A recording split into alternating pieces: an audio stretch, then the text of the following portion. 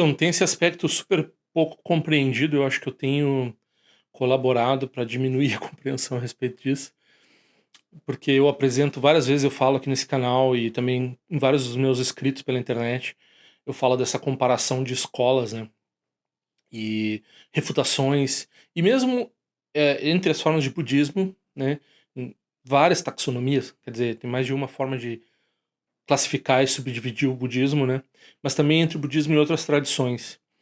E assim, parece diretamente isso. Algumas perguntas que estão me fazendo vão direto de encontro ao sectarismo. Ou seja, de encontro aqui quer dizer tanto as pessoas parecem que querem achar uma justificativa para achar essa escola superior do que aquela. Escolas de pessoas vivas, assim, que estão operando aqui no Brasil, assim mesmo, né? E, por outro lado, as pessoas parecem que não querem raciocinar essas diferenças de visão, porque isso já por natureza seria uma forma de sectarismo. Então, nem por um lado, nem por o outro, a gente vai falar aqui por que a gente fala de distinções gradativas e de sofisticação entre diferentes tradições e budistas e não budistas, o que quer dizer visão errônea, o que quer dizer uma visão ser pior do que a outra, o que quer dizer uma visão levar a iluminação, não levar a iluminação. Perigoso, né? Mas é importante saber por que a gente examina isso, e é tradicional examinar isso, eu sinto dizer para todo mundo aí, mas é tradicional no budismo, desde a época do Buda, durante toda a história do budismo, a gente fez esse exame, e teve muito sectarismo no budismo, mas não é para ser por isso que tem sectarismo. Vamos dizer por quê, vamos lá dentro do vídeo.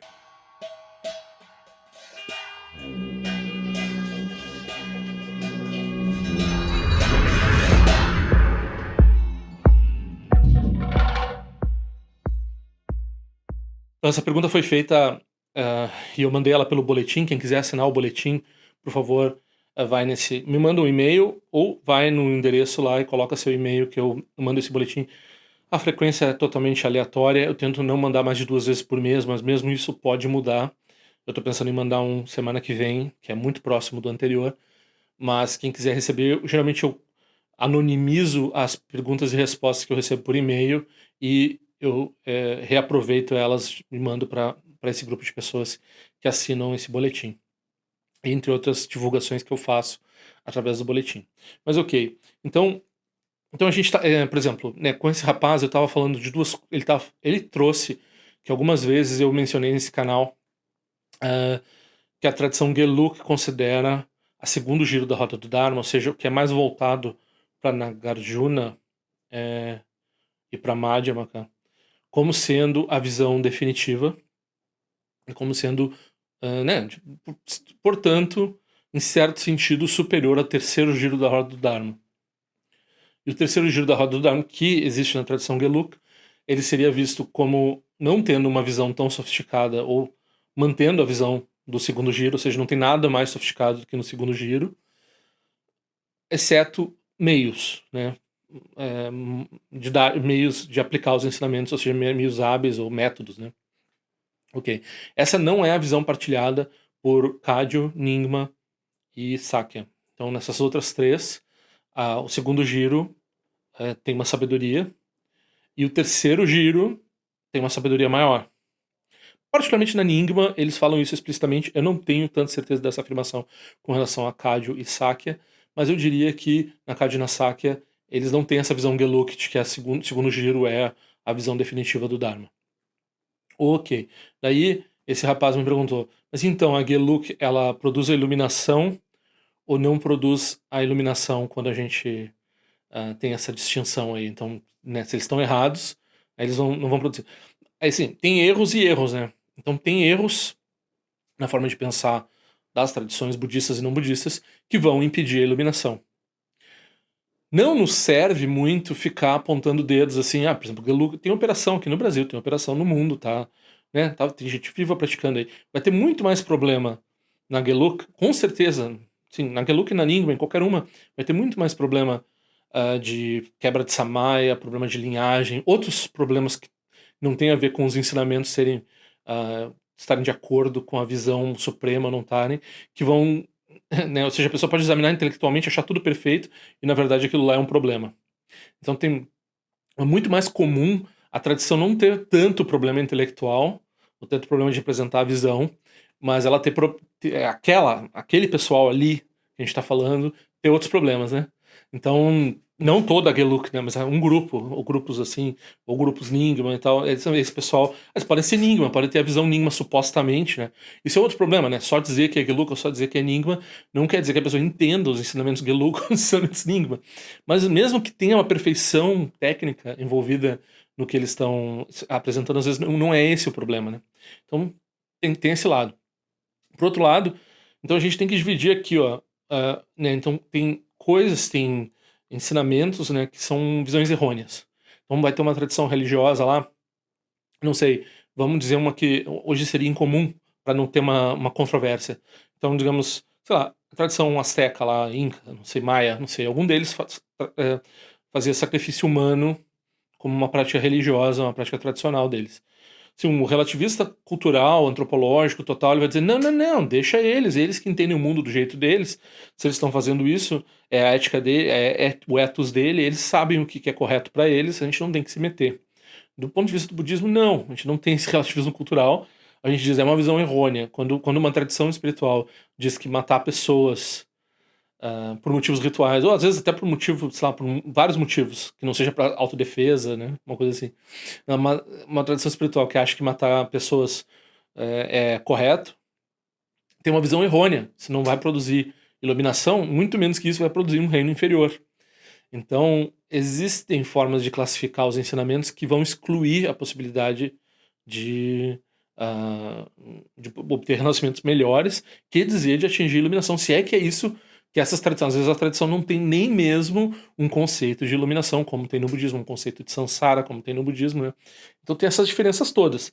Tem comparações que são, em inglês se fala entre maçãs e laranjas, né? Então não dá nem para comparar. São outros tipos de coisa.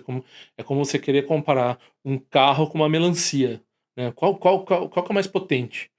Não dá nem para dizer, porque a melancia não leva a pessoa do ponto A para o ponto B, né? Que seria, digamos, a iluminação. Né? A melancia, ela é deliciosa, tem outros valores e tal, etc., mas ela não se compara dessa forma, né? Então tem coisas que não são comparáveis.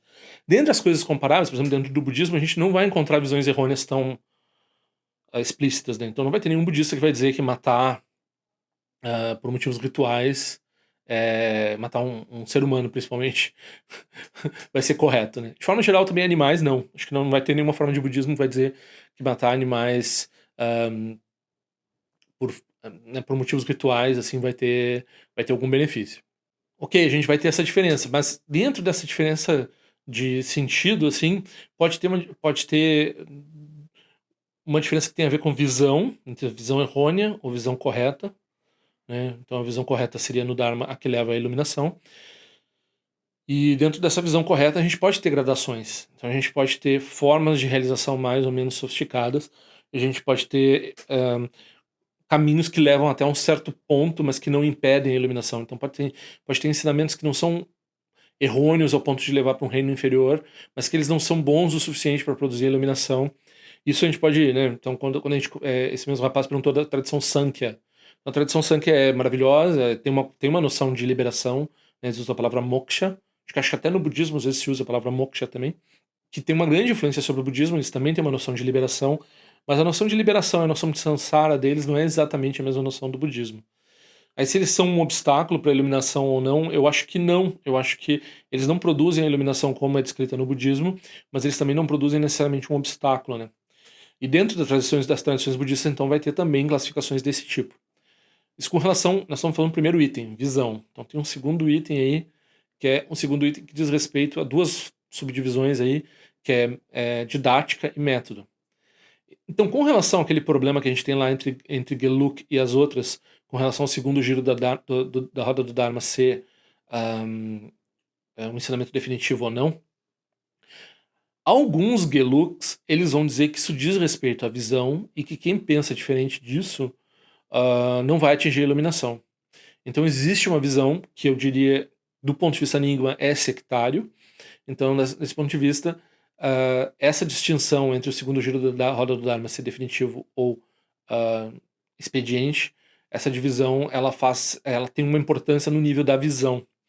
Na visão Nyingma, não sei Kage ou Sakya, mas imagino que sim. Na visão Nyingma, é uma diferença didática. Então, ela não tem um impacto grande sobre ter realização, não ter realização, conseguir. É um jeito diferente de apresentar os ensinamentos, né? E a gente tem que entender que isso existe. E o próprio Buda recomendava isso devido às diversas inclinações dos seres. Então, tem várias formas de apresentar a visão. E, né, dentro disso, então, pode ter essa distinção entre as formas de entender o segundo giro. Então, essa discussão, na verdade, se é interpretar, se é expediente, se é algo que diz respeito a, a, a meios hábeis, se é algo que diz respeito à visão, se diz respeito à verdade, essa é uma discussão que está dentro do primeiro item. Então, se nós queremos saber se esse tipo de ensinamento particular que diz que o segundo giro da roda do Dharma não é expediente, é definitivo. E na visão Nyingma ele também é definitivo, mas o terceiro giro também é definitivo. Tem uma explicação do outro tipo, né? Então, na Enigma, eu acho que nem todo Geluk também, como eu disse, só alguns Geluks vão dizer que isso aí é uma coisa determinante do ponto de vista da visão. O próprio Dalai Lama e outros Geluks eles vão dizer, não, isso é didático, de fato, né? Os Nyingma também podem estar certos, eles não tem problema nenhum com isso. Eles pensam diferente, mas eles também podem atingir a realização com esse tipo de distinção.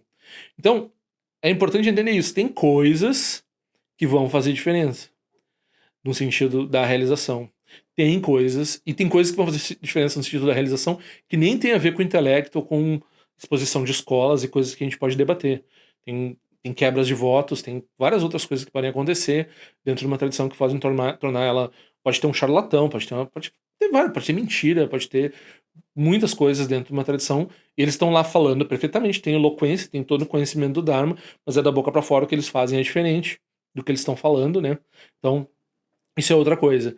E daí, mesmo que a pessoa tenha uma visão, essa visão pode ser perfeita, pode ser incompleta, pode ser errônea. Pode acontecer todos esses tipos de coisas. E também pode ser que o que eles estão falando não diga respeito à visão, mas diga respeito à didática, ou seja, como apresentar, como é melhor, em certo sentido, para certo público apresentar os ensinamentos em certo nível, de certa forma. E dentro disso a gente tem ainda o método, né? Então, não só a apresentação, mas tem muita discussão no budismo com relação ao que a gente faz antes do que, o que é bom para tal pessoa, né? Como tem entre médicos, né? Que vão achar que certo tratamento é melhor, né? Tem pesquisas que estão dizendo. Então, tem várias coisas não completamente decididas, né? Em termos de medicina, e tem coisa, nesse caso específico se aplica melhor tal coisa e tal, e assim por diante. E tem debate com relação ao método também. Isso não vai impedir não é uma diferença de ensinamento com relação ao método que vai impedir as pessoas de atingir realização, né? Então, esses níveis de debate, a gente tem que entender que quando a gente está falando de várias formas de pensar, qual é o obstáculo que tem em cada uma dessas diferenças, né? Então, se tem uma diferença que vai impedir a pessoa de se iluminar, ou que vai levá-la para um reino inferior, né? Então, por exemplo, entre o budismo e o cristianismo, vamos dizer, tem muita semelhança ética. Então, a pessoa até no nível da ética lá, é não matar, né? Não roubar. Não roubar, todo mundo concorda aqui que não é uma coisa legal, né? Então, tem uma irmandade ali, então todo mundo está pensando corretamente com relação a esses pontos de ética. Aí, no não matar, daí eles vão dizer assim, não, mas peraí, o mundo é criado, os animais não têm alma, então, a maior parte dos cristianismos vão dizer isso. E os animais foram, né, tá lá na Bíblia, eles foram presentes para o ser humano. Então eles são, né, então exploração da natureza, o que a gente tem na cultura hoje em dia até o capitalismo e tudo mais, né, de explorar os outros, explorar, né, a Bíblia não diz que você deve explorar o seu ser humano próximo, né? Mas é ok explorar animal, né? Botar animal de carga e tal. No budismo não é ok matar animais, né? Animais de carga, animais de carga, usar animais para o trabalho, né? Se a pessoa é um monge, certamente ela não pode fazer isso. Meu patrão Rinpoche não andava de cavalo, não podia, andava a pé. As pessoas às vezes querem. Ele queria receber ensinamento de um cara lá, ele caminhava uma semana caminhando no meio do nada, né? Sem banheiro, sem nada. E as pessoas, né, para ir procurar um professor, e as pessoas elas dizem, não tem na minha cidade, eu não sei o que eu faço. Não sei o que eu faço, não tem um professor na minha cidade. Mas enfim, né? Então, tem uma diferença de ética ali no não matar, budista pro não matar. Tem uma diferença na ética até, por exemplo, por que uma pessoa obedece ética no cristianismo? Porque ela tem uma obediência a um ser supremo que é benévolo. Então, ela fazendo o que ele quer, ela vai se dar bem, né? Ela vai estar bem aos olhos dele. Tem um superego, ele tem um Big Brother examinando a pessoa. Muito bem, menino, não sei o quê. Então, isso, para muita gente, funciona, né? Para algumas pessoas é um problema. No budismo não tem isso. Se a pessoa precisa disso, o budismo vai ser um problema para essa pessoa, né? Se a pessoa precisa de um amigo invisível que supervisiona o que ela faz e que diz que é muito correto, muito errado, não sei o quê, que você quer meio que agradar ele, assim. Então isso não é assim que se pratica a ética no budismo. Então tem uma diferença de visão na aplicação da ética, embora muitos dos pontos de ética sejam, se não são exatamente, por exemplo, né, no caso do matar, não matar, não é exatamente a mesma coisa, mas tem uma semelhança, né, tem uma semelhança de natureza. Então, o cristianismo, ele vai levar a iluminação? O cristianismo não quer levar a iluminação. Nunca pensou em iluminação. Eles têm um conceito de salvação, um conceito de estar do lado de Deus e de estar convivendo com Deus, ou de ver Deus, a face de Deus e assim por diante, que é o resultado da tradição deles. Isso é a mesma coisa que iluminação no budismo? Não é a mesma coisa que iluminação no budismo. Ah, mas a pessoa quer praticar o budismo, mas ela quer seguir acreditando em Deus.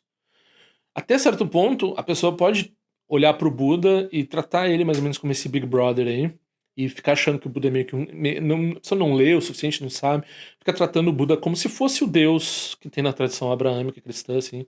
Não como um professor, como a gente vê no budismo, mas como uma deidade criadora e suprema e fundamental, como se vê nessas tradições teístas.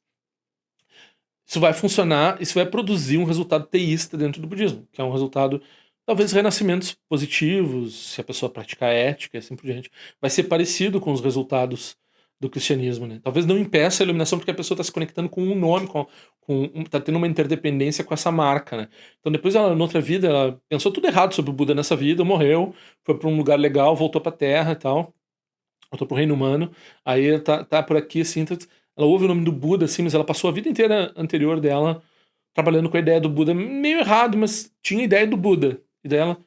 Mas dessa vez ela tem a sorte, tem um mérito específico de algumas ações dela, que ela se dá conta que o Buda não é a mesma coisa que essas outras tradições teístas colocam, né? Não é a mesma coisa. Aí ela tem mais chance de obter o quê? O que o Buda ensina, não o que os outros ensinam, que é diferente, né? Então essas diferenças, essas semelhanças e essas diferenças, elas têm um impacto. Elas podem, algumas vezes elas podem ser, né, um obstáculo. Então o teísmo ele vai ser um obstáculo para várias coisas que a gente, para entender karma. Você não vai entender karma perfeitamente se ela entender as coisas do ponto de vista teísta, né? E se ela não entender karma, daí como é que ela vai praticar a ética de como se pratica no budismo? Ela vai praticar a ética mais como se pratica numa tradição teísta. Então, pode ser que tenha problemas comuns na tradição budista ao se praticar a ética. Tem vários problemas comuns de tentação e sei lá mais o que eles têm lá no. Que não é comum. Às vezes as pessoas tentam trazer para o budismo esse tipo de coisa. Culpa, tentação, não sei mais o que. É estranho, não é do mesmo tipo de tradição, né? E então, com relação, por exemplo, a Sankhya, o Longchenpa fala uma coisa extremamente controversa lá. Ele vai dizer que o Vajrayana, se a pessoa não tiver a visão Dzogchen, a visão da Hatha Yoga e tal, a visão Nyingma por excelência, né? Se ele não tiver isso, vai produzir a mesma realização que um Sankhya tem, que é um reino superior, né? Quando a pessoa, claro, se a pessoa pratica o Vajrayana bem errado, ela vira um demônio. Isso todo mundo sabe, tá escrito, todo mundo que pratica o Vajrayana sabe. Se você reificar a deidade, se você tiver vários problemas com o orgulho da deidade, se você buscar coisas mundanas através da prática e assim por diante, você produz um inferno bem difícil. Rápido. Mas, né, se você pratica bem o Vajrayana, mas sem uma visão muito sofisticada, aí o máximo que você consegue é a mesma coisa lá que um hindu consegue. É controverso falar isso, as pessoas todas têm, né, hoje em dia a gente tem tanto, gosta de ter essa tolerância, esse reconhecimento mútuo, né, de, até quando a gente vai falar dessa, geralmente os professores hoje em dia, quando eles vão apresentar a refutação da Sankhya que tem no Madhyamakavatara, por exemplo, eles são realmente um pessoal sofisticado, né? A gente faz um elogio, assim, a Vaibhashika, essa é a primeira refutação, a refutação mais fácil que tem no Madhyamakavatara. Mas antes de apresentar a refutação da Baibática, a gente eleva eles, dizendo, não, olha essa tradição, olha o que eles produziram, olha a profundidade do que eles falaram e tal, etc. Depois a gente vai lá e diz, mas quando eles estão dizendo isso e aquilo sobre vacuidade, não funciona. Tá errado. Aí tu vai dizer assim, mas então, hoje em dia, se alguém praticar daquela forma, pode ser que não atinja a iluminação. Pode ser que seja um obstáculo para a iluminação, se a pessoa praticar daquela forma. Não vai ser um obstáculo permanente, porque a pessoa está tomando refúgio no Buda, né? Então ela tem toda aquela interdependência com o Buda, então uma hora ela vai ter os ensinamentos corretos e assim por diante. Não vai ser, né? Para Sangha, a forma mais elevada de visão no budismo é uma visão que não tem apego à visão. A gente vai dizer uma visão sem visão específica, uma visão ampla, como é que se diz? Desobstruída, né? Ela não tem elaborações que prendem ela em distinções e assim por diante, né? Então, ela vai lá e ela tem mais capacidade de entender essas outras formas como didáticas, né? Mas é possível entender também como se a pessoa pensar desse jeito aí não vai dar. E particularmente é importante pensar dessa forma, não apontando, tentando, né? Então as pessoas me perguntam, mas vem cá, Pinheiro, manda um e-mail assim, mas você acha que o Zen não é meio Citamatra? O Zen não vai produzir realização porque é Citamatra? Outra pessoa me perguntou também, mesmo tipo de pergunta que Sankhya, Citamatra, entre Geluk e Nyingma, né? Então, esse não vai ser o grande problema da, né, Citamatra, que é a refutação que vem logo depois da Sankhya, né? No Madhyamakavatara tem a refutação da Citamatra. Citamatra é uma forma de pensar Yogacara, vamos dizer assim. Tem né? Acho que não teve quem se dissesse assim, nós somos uma escola Citamatra. Então, tem pessoas que meio que falam, Citamatra quer dizer apenas mente, é uma forma que se tem uma visão metafísica é idealista, e daí é substancialista, e daí não é budista, não vai levar à realização, né? Às vezes não vão dizer, eles nunca vão dizer que eles vão dizer que eles acreditam na vacuidade. Uma dinâmica muito esperta vai lá e mostra pra eles, não, olha só, quando vocês estão dizendo isso e aquilo, na verdade vocês estão reificando a mente, transformando a mente numa coisa, e daí vocês se ferraram. Então, essa pessoa disse, ela leu um livro aí do Zen e tal, achou meio Shitamatra, então, Pinheiro, pelo que você tá falando, pelo jeito eles não vão atingir a iluminação. A ironia é engraçado, né? Porque a Nyingma é acusada disso o tempo todo. Então a Nyingma também, como o Zen, tem uma influência Yogacara muito forte. Você vai ler o tempo todo que todos os fenômenos são a mente. Você vai ler um negócio de super Chitamatra o tempo todo.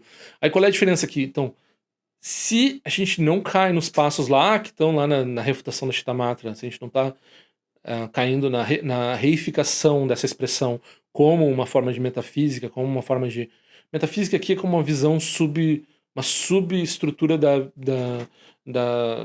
de como as coisas realmente são, né? Então eu estou dizendo que as coisas são realmente apenas mente. Então a mente é uma coisa que realmente existe. Daí tem uma reificação e daí a pessoa não se ilumina, né? Ok? Então, mas eu posso dizer, medite que as coisas são apenas mente. Aí é método. Ou eu posso dizer, se você pensar que as coisas são apenas mente, como um experimento de pensamento, você obtém certos resultados. Aí é didática. Então, a Nyingma, ela jamais vai dizer que ela é Shtamatra, ela reconhece o Chandrakirti, ela reconhece as refutações do Madhyamakavatara, ela sabe fazer a refutação da Shtamatra. Mesmo assim, se a pessoa não entende nada, muita coisa de Dharma, ela vai lá e lê os textos Nyingma, os textos Zen, vai dizer, isso aqui é exatamente aquilo que o Chandrakirti está refutando. Não, não é. Né? A gente está tomando todos os cuidados para exatamente, quando a gente está falando com um sabor. O Dalai Lama disse que a Enigma tem uma estética Yogacara, né? Então tem uma estética Yogacara, a gente fala coisas que são apenas mente, assim por diante. Agora, ok, lá a Shittamatra vai ser um obstáculo para se iluminar, mas ninguém é Shittamatra. Ninguém vai se dizer Shittamatra. Todo mundo vai dizer que é, no máximo, Yogacara. E no caso do Zen e do budismo tibetano, a gente é Yogacara e Madhyamaka. As duas coisas, né? Então, e daí, a outra grande ironia disso, além de, né, dizer que o Zen parece Chitamatra, e que, portanto, eu estaria dizendo que ele não. Porque a Nyingma também parece Chitamatra para a maioria das pessoas, né? Surge refutação Nyingma dizendo que a gente está querendo dizer, esposar a posição da Chitamatra. Então, a outra grande ironia é que o problema do Zen não é esse. Se fosse esse, não seria esse, entende? Tipo, tem vários outros problemas que podem surgir das pessoas, né, de ter charlatão, como tem no budismo tibetano, de ter centros que as pessoas simplesmente não têm, não produzem inspiração nenhuma, assim. São pessoas simplesmente sem muita coisa para oferecer, senão um título, às vezes, né? Também acontece no budismo tibetano, né? Então, não vai ser porque ele falou uma frase lá que soa Chitta Matra para você, que pode estar no nível do método, que pode estar no nível da didática, que pode estar protegida por todo um outro entendimento que não vai ser exatamente a Chitta Matra. Então, tem vários métodos aí para não caracterizar o Zen como Chitta Matra, né? Então, não é assim, não é para isso que se usa essa comparação de Siddhanta. Isso se usa principalmente o jeito que eu tô pensando é sofisticado o suficiente para sustentar o meu refúgio. É assim que se usa. É por que tu dá o nome de Chitamatra, não sei o que. Bom, é um mnemônico fácil de lembrar. Não, agora isso aqui. Então, mesmo quando a pessoa vai ler lá o texto Nyingma, então ela vai ficar curiosa. Mas vem cá, olha só, eu tava estudando Madhyamakavatara, mas aqui eu tô vendo que os caras são tudo meio voltado para uma coisa meio apenas mente. Será que, né? Eu mas como é que pode, né? E daí esse tipo de dissonância cognitiva vai levar a pessoa a estudar e aprofundar o entendimento dela e saber a depurar a visão dela para poder. Por que a gente precisa disso? Então, se uma pessoa realmente tem mérito e conhece uma pessoa extraordinária, um guru extraordinário, né? Normalmente a gente não fala isso porque as pessoas pensam assim, o budismo vai estar desenvolvendo uma visão de fé cega. Mas a pessoa pode ter um mérito dela não precisar pensar tudo isso, né? Mas também a pessoa deve lembrar assim, será que eu sou esse caso ou será que eu estou sendo iludido por uma pessoa que fala bem? Tá cheio de pessoas que tem, que nem eu, assim, algum tipo de articulação, algum tipo de saber falar os nomes ou imitar a postura, a posição. Aquela fala calma, né, de budista, que nós estamos produzindo, né, então a realização. Então, uma coisa meio assim, tá cheio de charlatão e problema que tem um aspecto externo que pode enganar a pessoa, achar que. As pessoas se enganam fácil também. Então, qual é a nossa proteção? Nossa proteção é entender visão. Então, a gente vai lá.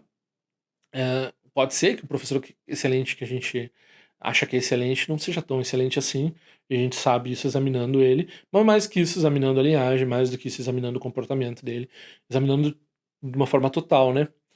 Porém, acontece da pessoa, né? Ela examinou suficientemente, não precisa um grande exame, e ela chegou a uma conclusão definitiva com relação ao Dharma e ao professor dela, e daí ela muito rápido, né? As pessoas mais rápido do que uma pessoa que estuda. Hoje em dia a gente não. É um tempo degenerado. Outra pessoa também tá. Sempre tem essas pessoas que falam, o Spinoza e o budismo, o Nietzsche e o budismo. Mano, nós não temos tempo para isso, cara. Tipo, quem tem tempo para isso não tá preocupado em praticar, não tá preocupado com a impermanência.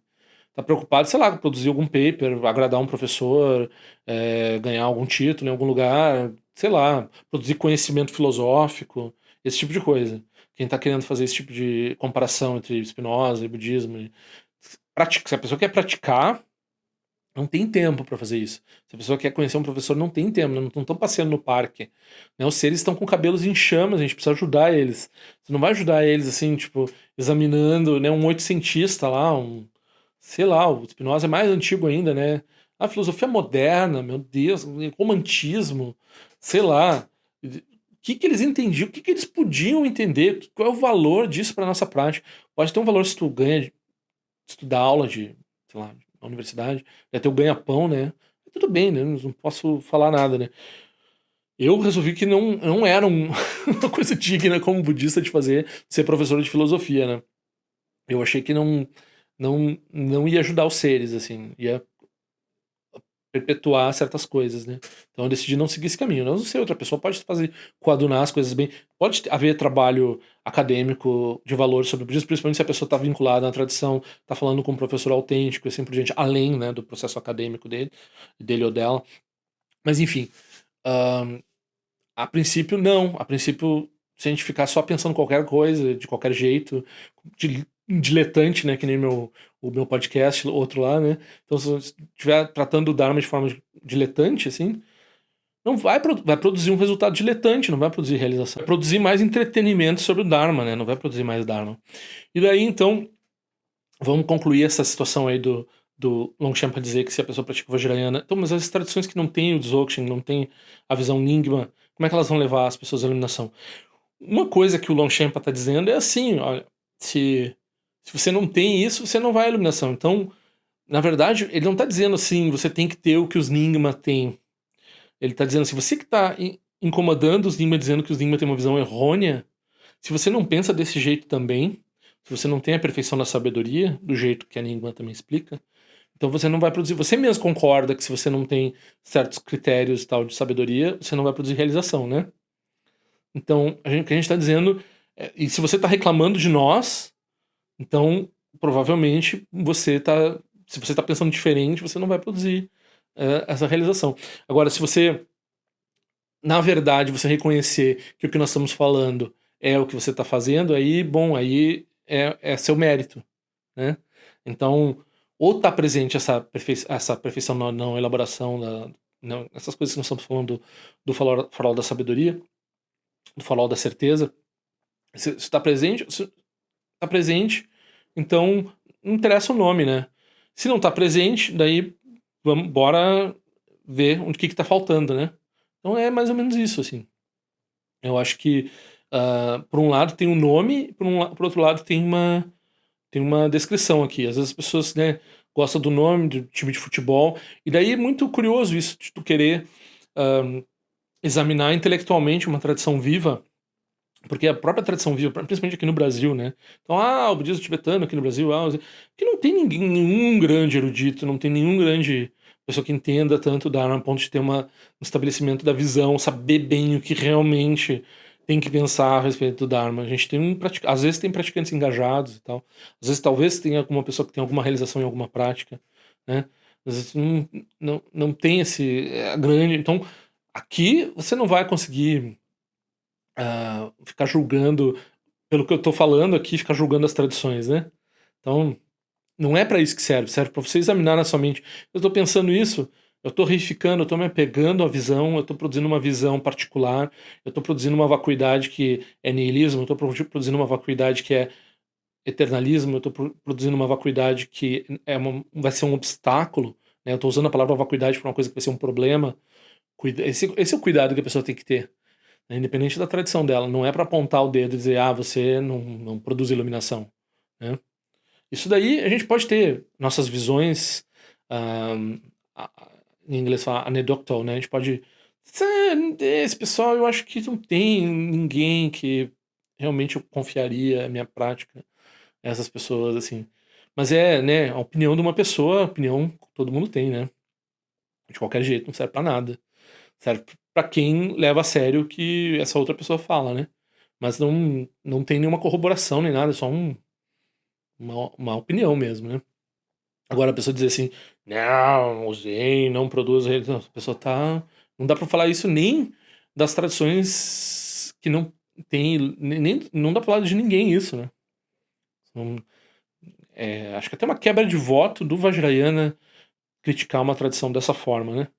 Então, cuidado, essas perguntas aí estão me colocando numa situação aí problemática.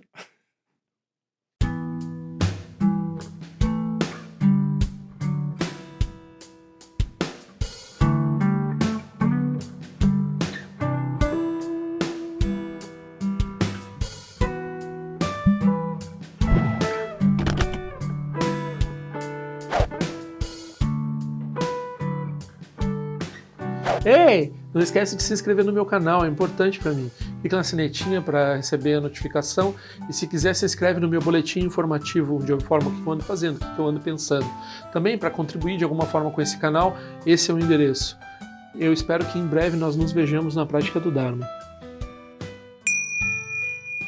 Ao longo de minhas muitas vidas e até este momento, todas as virtudes que tenho alcançado, inclusive o mérito gerado por esta prática e todas as que vier a conseguir, ofereço para o bem-estar dos seres sencientes. Possam a doença, a guerra, a fome e o sofrimento diminuir para todos os seres, enquanto sua sabedoria e compaixão aumentam nesta e em vidas futuras. Possa eu claramente perceber todas as experiências como sendo tão insubstanciais como o tecido do sonho durante a noite e imediatamente despertar para perceber a manifestação de sabedoria pura no surgir de cada fenômeno. Possa eu rapidamente alcançar a iluminação para trabalhar sem cessar pela liberação de todos os seres. Nirawe Korajinga Sumpano Neoma Lundi Quenetirezi uma Tenjinja Soiza Pekaja Produtendioti. Om Soti, Diamante Penendira Sawa, Concha dos Zeus Etai Bai Médio no Jutru Piamani Jogi Sasunda do Tendioti. Time Quene Pema Sambal Sasura Gente Seno Pai Garde Anjo Jigu do Pegu Coisa Destintas em Dashinjo. Jigmeto Jutru Panangue Wancha Tungondo Pateno Muyengue com Pamalora Sanelundo Tileta do Tendioti. Pemeja Sum Pemerizo de Pemeta Lati com Zizuan Pemonte de Droma de Soji no Nibe Melunde do Dioti. Penenjo Enetim Potem Paiuri Nebadan Basi Pechambundan Conseja Sentendioti. Tu São Sandiego Rinpoche do condado de Watimbo Jabartia com seu tutor da poça só deve só tinge lapto só não são ebe chuva dançam balão de do partingelo uma rumba zaguru pema cede rum que loja som de loite alien sa som cha papel do jusho sung não guarda miral do sungele show